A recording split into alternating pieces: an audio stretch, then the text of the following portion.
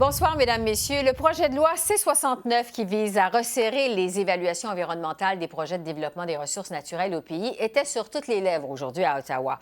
Le cabinet des ministres s'est penché sur ce projet de loi ce matin et l'ensemble des amendements qui ont été proposés par le Sénat, et il y en a plusieurs. Alors, Marc-André Cossette, vous avez suivi cette histoire aujourd'hui. On est à moins de 2 semaines de la pause estivale. Qu'est-ce qu'on sait quant au sort du projet de loi en question?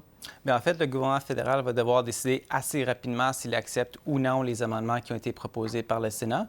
Il faut rappeler que vraiment, le projet de loi C-69, c'est vraiment la pièce maîtresse de la promesse du gouvernement de concilier l'économie et l'environnement. Il propose de vraiment refondre tout le processus d'évaluation environnementale des projets d'énergie majeurs, y compris, entre autres, par exemple, les pipelines. Donc, le Sénat s'est penché sur ce projet de loi pendant près d'1 an. Le résultat, quelques 200, si on veut être exact, 188 amendements. Entre autres, on propose de limiter les pouvoirs de la ministre de l'Environnement d'intervenir dans le processus d'évaluation. On voudrait aussi écourter les délais qui sont prévus pour cette évaluation. Plusieurs des amendements ont été mis de l'avant par des sénateurs conservateurs qui cherchent évidemment à défendre les intérêts du secteur pétrolier. La question maintenant sur toutes les lèvres, comme vous dites, c'est est-ce que le gouvernement est prêt à mettre de l'eau dans son vin? La ministre de l'Environnement, Catherine McKenna, s'est prononcée aujourd'hui, donc je vous invite justement à écouter ce qu'elle avait à dire là-dessus. On l'écoute.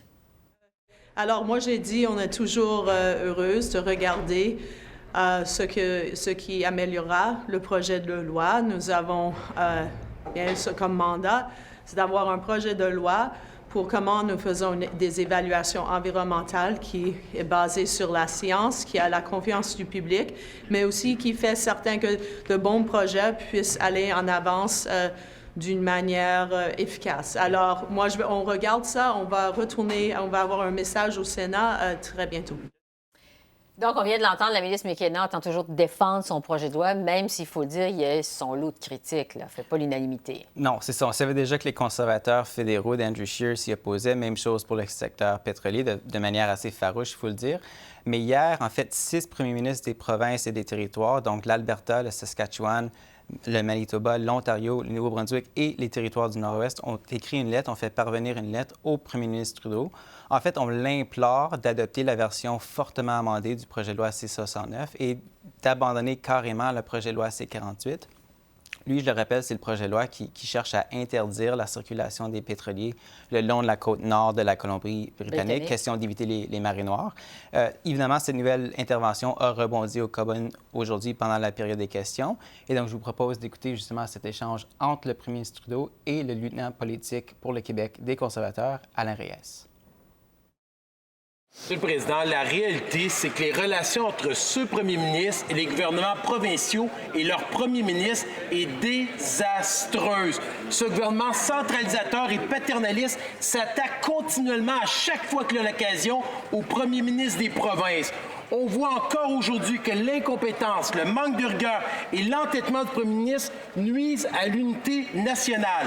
Alors la question est simple, ce gouvernement écoutera-t-il enfin les premiers ministres provinciaux et leur gouvernement qui ont été élus démocratiquement? Madame la ministre.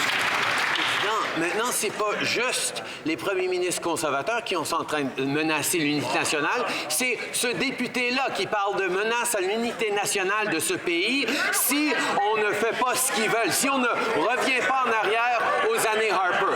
Monsieur le Président, on avance de façon responsable en écoutant les préoccupations environnementales, en travaillant en partenariat avec les peuples autochtones, parce qu'on sait, c'est comme ça qu'on avance en tant que pays. Le fait que les conservateurs sont en train de jouer des jeux partisans sur l'unité nationale, c'est complètement irresponsable.